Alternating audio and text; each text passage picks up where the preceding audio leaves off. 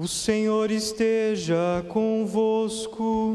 Ele está no meio de nós. Proclamação do Evangelho de Jesus Cristo, segundo Marcos. Glória a vós, Senhor. Naquele tempo, o Espírito levou Jesus para o deserto. E ele ficou no deserto durante 40 dias. E ali foi tentado por Satanás. Vivia entre os animais selvagens e os anjos o serviam. Depois que João Batista foi preso, Jesus foi para a Galiléia, pregando o Evangelho de Deus e dizendo: o tempo já se completou, e o reino de Deus está próximo. Convertei-vos e crede no Evangelho. Palavra da salvação. Glória a vós, Senhor. Podemos nos sentar?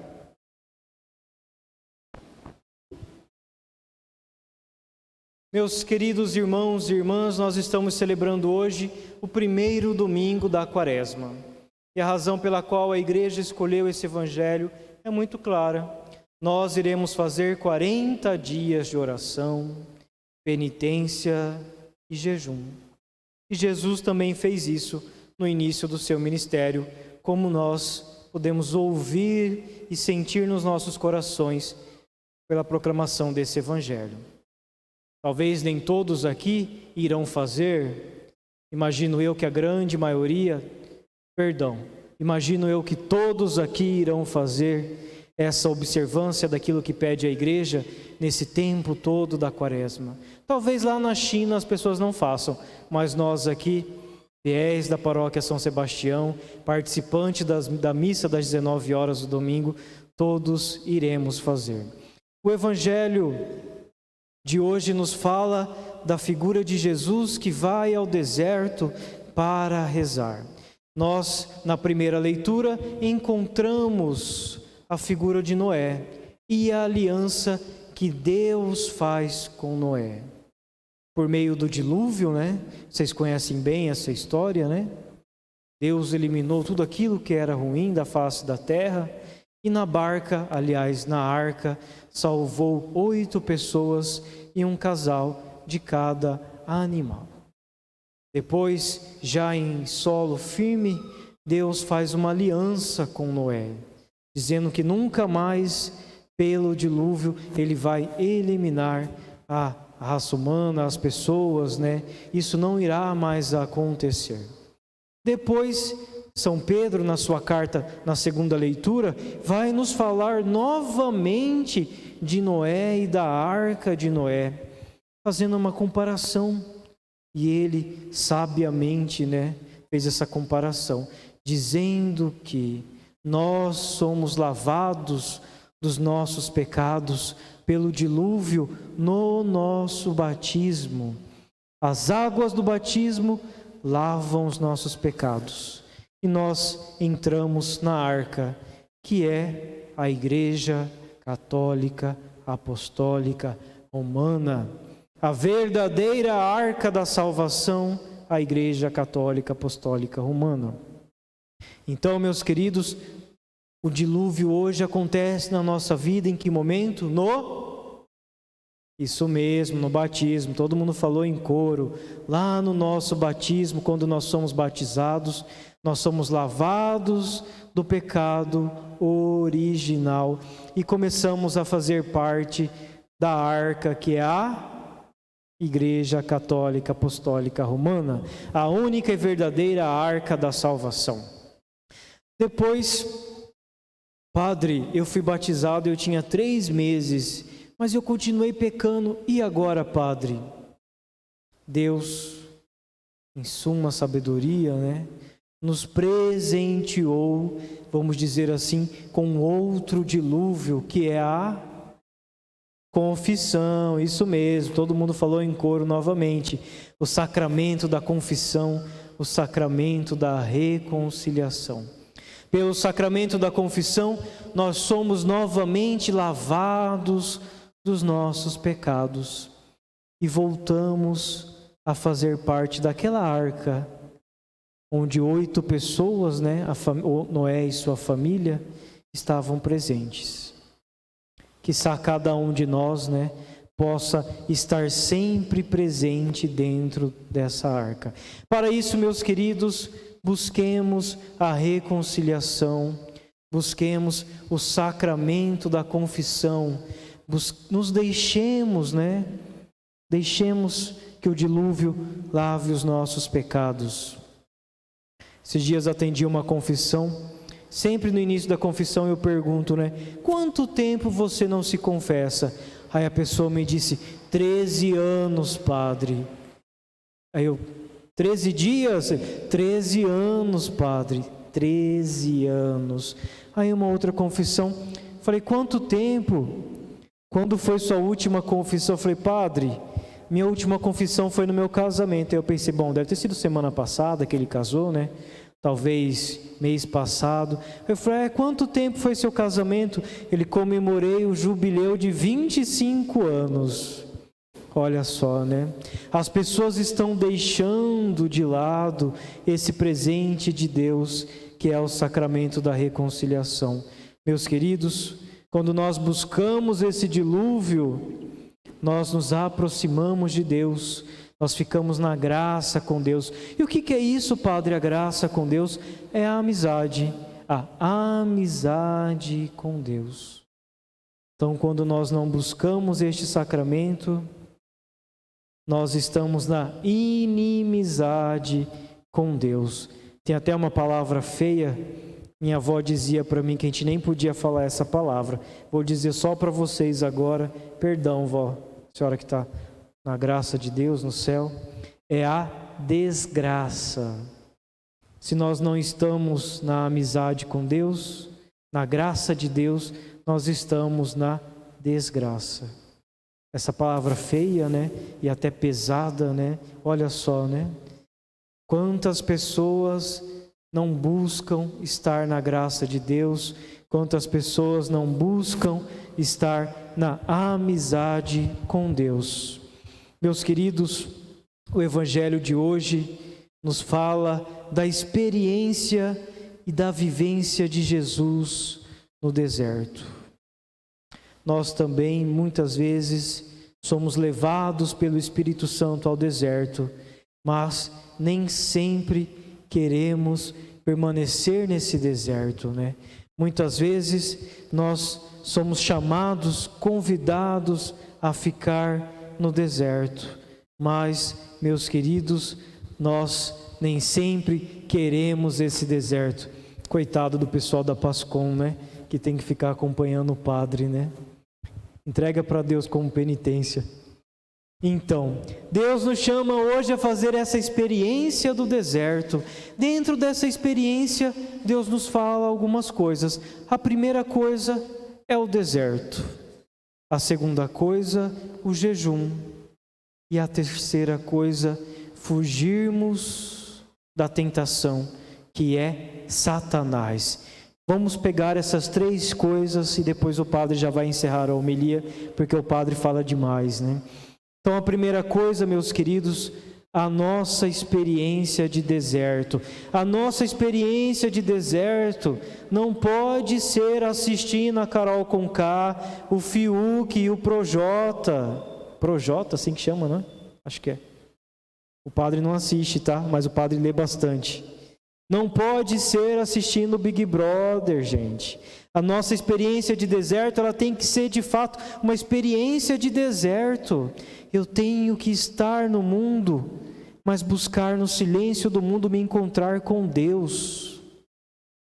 Vocês todos aqui presentes nessa Eucaristia já deram um passo. A Eucaristia já é uma experiência de deserto, porque vocês deixaram muitas coisas para estar aqui, presente nessa Eucaristia, buscando Deus no deserto da Eucaristia. E depois Deus nos convida a tantos outros momentos de deserto. Nós precisamos silenciar o nosso coração. O deserto é isso, é abandonar o mundo. Veja que Jesus foi para o deserto, deixou tudo de lado. não levou o celular dele, né, o WhatsApp, o tempo todo, né? Zum, zum. Tem gente que é tão viciada no WhatsApp que às vezes o celular está lá no quarto, a pessoa está sentindo vibrar. Vocês estão achando que o padre está mentindo, né? Mas é verdade. A pessoa está sentindo vibrar, gente, no bolso. Olha só que situação, né? Para vivermos a experiência do deserto, nós precisamos deixar um pouco de lado o nosso celular, o Facebook, o WhatsApp, Twitter e tantas outras coisas, né? É preciso pegar o controle da televisão e apertar o botãozinho lá que desliga a televisão. Para isso, de fato, nos encontrarmos com Jesus. Fazer a nossa experiência com Jesus, fazer a nossa experiência com Deus, né? Não é fácil, né? Por quê? Porque o mundo fala mais alto e o mundo muitas vezes já entrou dentro do nosso coração e ele está lá batendo na sua porta, martelando na sua porta. E infelizmente, muitas vezes nós já abrimos a porta para o mundo, né? Aí quando nós vamos pedir para ele sair, fica difícil, né? A segunda coisa, então, a experiência do jejum. Quando nós falamos do jejum, nós estamos falando da nossa carne, né? Não da carne vermelha que nós vamos, certamente, vocês não estão comendo, né? Na sexta-feira, muitos até durante a quaresma toda, mas da nossa própria carne.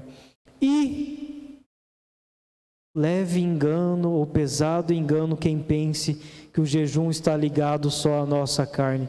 Pelo contrário, está ligado diretamente à nossa alma, porque quando nós deixamos que a nossa carne fale mais alto, nós estamos o quê? Condenando o quê?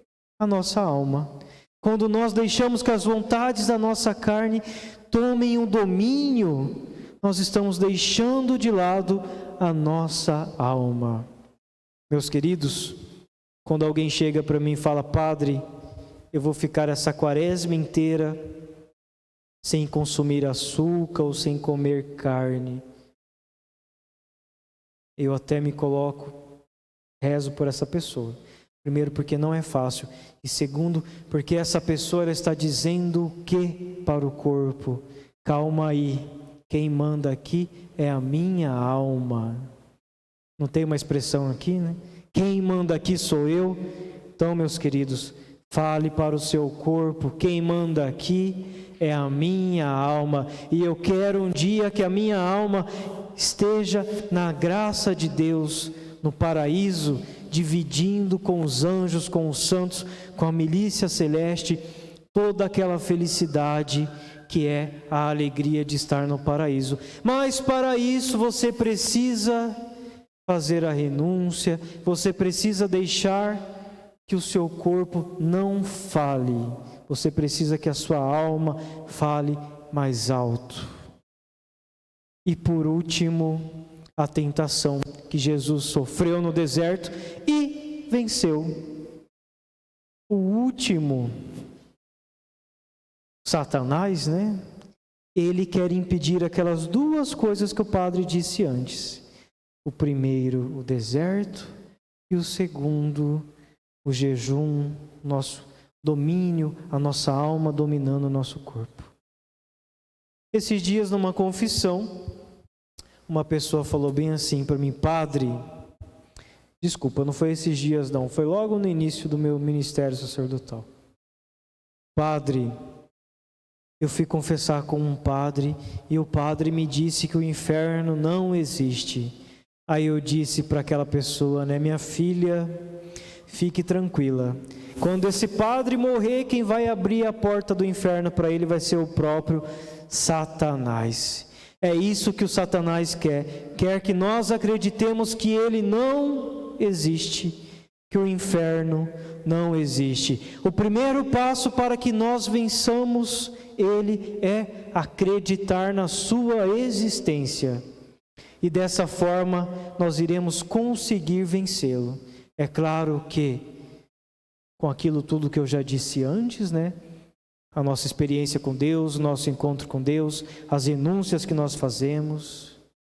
Dessa forma, caminhando num caminho reto, um caminho de santidade, buscando nos encontrar com Deus no sacramento da Eucaristia e, sobretudo, também no sacramento da confissão e da reconciliação. E assim, nós vamos dizendo para Ele, ó, sai daqui. Quem manda aqui é Deus. Esse corpo, essa alma, é templo do Espírito Santo e pertence a Deus. Pertence a Deus. É isso, meus queridos. Ninguém aqui é filho de Satanás, né? Ninguém.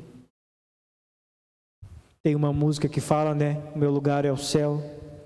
Nós estamos todos de passagem aqui. O nosso destino final é o céu. Deus quer nos acolher lá. Mas precisa que cada um de nós caminhemos para a eternidade, caminhemos para o céu. Que a Virgem Maria, Nossa Senhora, ela que é a auxiliadora dos cristãos, a mãe do perpétuo socorro, nos ajude a vivermos sempre num caminho de santidade, a vivermos sempre a experiência do deserto e nessa experiência vivermos sempre no domínio do nosso corpo, porque a nossa alma é o que vale, é o que é a importância. E dessa forma nós vamos dizer para Satanás, né? Esse corpo é templo do Espírito Santo, esse corpo pertence a Deus.